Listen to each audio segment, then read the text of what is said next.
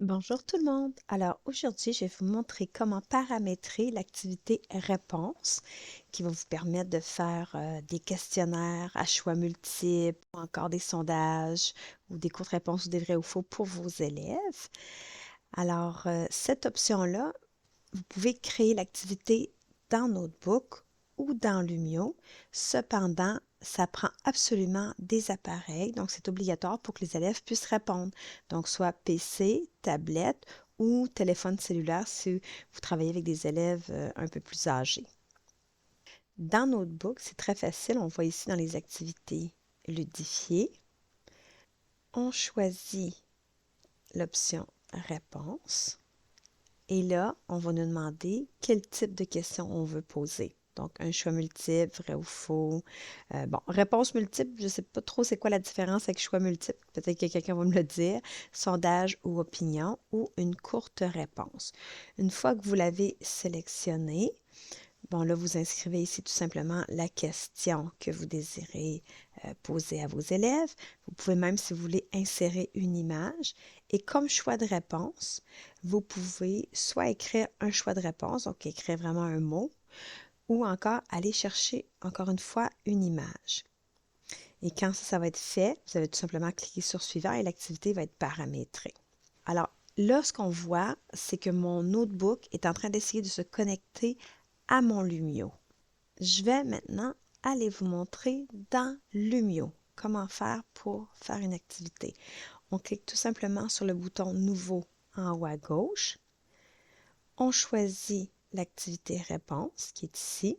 D'ailleurs, tu sais, là, je vous ai montré pour un sondage, tout ça, mais vous pouvez très bien utiliser cette activité-là aussi pour faire une évaluation formative en classe. Donc, vous allez vraiment pouvoir même extraire un document Excel pour avoir tous les résultats de vos élèves. Donc, je pourrais mettre ici, tiens, en mathématiques, est-ce que c'est vrai que 560 est égal à 500 plus 60?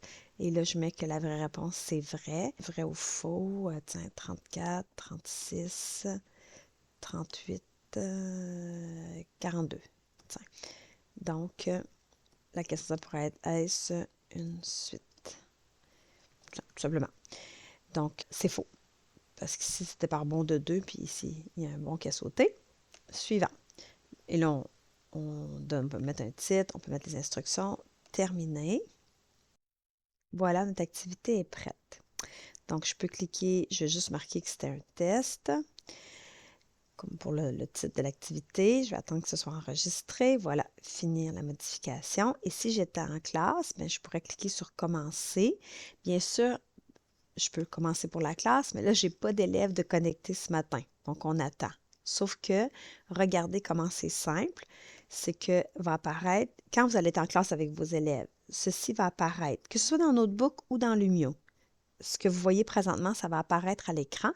Il suffit à vos élèves de se rendre à l'adresse hellosmart.com ou encore lum.io et de se connecter en tant qu'invité. Ils peuvent entrer le numéro de la classe qui est indiqué à l'écran et à ce moment-là, ils vont pouvoir aller voter. Je vais faire afficher la question, ça va être plus facile pour l'élève. Donc là, on voit la première question, vrai ou faux, et je pourrais voir la progression des élèves qui ont répondu. Donc, quand je vois que 100% de mes élèves ont répondu, là, je pourrais cliquer sur afficher les résultats. Bon, là, bien sûr, j'ai aucune réponse puisque j'ai aucun élève de connecté, mais si j'en avais, on verrait les réponses apparaître ici. Juste pour la démonstration de ce matin, là, je suis présentement sur mon téléphone cellulaire. Donc, je suis allée à l'adresse lum.io et là, il y a en haut à droite, il y a comme 3 petites lignes sur lesquelles on peut cliquer. Ensuite, en bas à gauche, on a accès des élèves à une classe.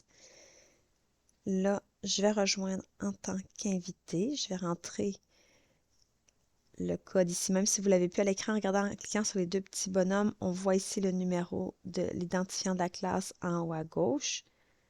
Donc, j'entre le numéro de la classe. Suivant.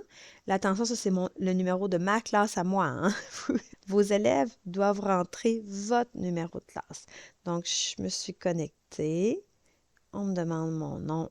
Voilà. Et vous allez voir, je vais apparaître ici dans la classe. Voilà, je me suis connectée en tant qu'invitée, Caroline. Et là, je vais aller voter. Donc, je vais aller voter comme ça. Et comme je suis la seule connectée, bien sûr, 100% des élèves ont répondu. Et je vais afficher maintenant le résultat. Et là, vous allez pouvoir voir combien d'élèves ont répondu à A et combien d'élèves ont répondu à B. Donc, ça va être intéressant après pour pouvoir faire les discussions avec vos élèves. Personnellement, je vous suggère de masquer les résultats pendant le vote, sinon vous risquez d'influencer les élèves. S'ils voient qu'il y a plus de personnes qui répondent A que B, ben, ça va être facile d'aller cliquer sur le A. Et là, une fois que tout le monde a répondu à toutes les questions, regardez, on peut mettre fin à l'activité comme ceci. Oui, on veut vraiment terminer l'activité. Et là, ce qu'on peut faire, c'est qu'on peut exporter les résultats. Ça vaut la peine, surtout si vous faites une évaluation formative. Donc, on exporte les résultats et on va obtenir un document Excel qui contient le nom des élèves, bon, note obtenue, le nombre de bonnes réponses, puis les questions sont ici. Ce que j'aime, là, c'est que ça donne vraiment un beau visuel parce que si, bon, moi j'ai répondu les 2 bonnes réponses, mais j'ai mis une mauvaise réponse, la case aurait été en rouge. Donc, visuellement parlant, ça offre vraiment un beau portrait de classe. Moi, là, je me suis connectée en tant qu'invitée parce que je trouve ça plus simple pour les élèves de se connecter, mais personnellement, dans ma classe, mes élèves entrent toujours à l'aide de leur identifiant Microsoft de mon CSS. Donc, ils n'ont pas besoin d'entrer leur nom et je vais pouvoir garder dans Lumio leurs résultats. Maintenant, je vais vous montrer un exemple très concret d'une activité qui m'a été inspirée par quelqu'un qui avait posé la question sur un groupe Facebook. Voyez-vous, on peut facilement organiser, par exemple, un combat des livres. Donc, on pourrait, là, moi, je me suis juste mis une petite tuile pour donner les directives. Donc, les élèves devront écouter les 2 présentations des livres et ensuite devront voter pour le livre de leur choix. Donc, dans Lumio, ici, je clique sur le plus, je choisis réponse. Comme je veux faire un combat des livres, donc je veux laisser le choix aux élèves de choisir leur livre préféré, je vais choisir l'option sondage et opinion. Donc, la question, c'est quel est ton livre préféré? Et là, dans les images, je vais aller choisir la première de couverture des 2 livres que je veux mettre un contre l'autre. Mais je dis 2, mais on pourrait en mettre jusqu'à 4. Une fois que les 2 images, c'est des images, mais j'aurais pu mettre des titres, j'aurais pu mettre des énoncés. C'est vraiment, je pouvais mettre ce que je voulais. Je clique sur suivant. Je peux ajouter un titre. Voilà, c'est aussi simple que ça. Alors, mon activité est générée. Je vois que l'enregistrement est en cours. Une fois que c'est enregistré, je clique sur Finir la modification. Et là, je peux commencer pour la classe. Vous avez vu, hein, c'est super simple, hein? Quelques clics, puis tu sais, je trouve que ça fait vraiment un beau visuel pour les élèves au tableau. En plus, qu'on peut exporter dans un document Excel les données. Je parle plutôt pour si c'est une évaluation formative, ça laisse quand même une belle trace. Alors, j'espère que vous avez aimé ce petit tutoriel-là et peut-être vous pourriez partager des exemples d'activités que vous avez créées avec l'activité réponse de Smart Notebook ou dans Lumio. Merci tout le monde. Bonne journée.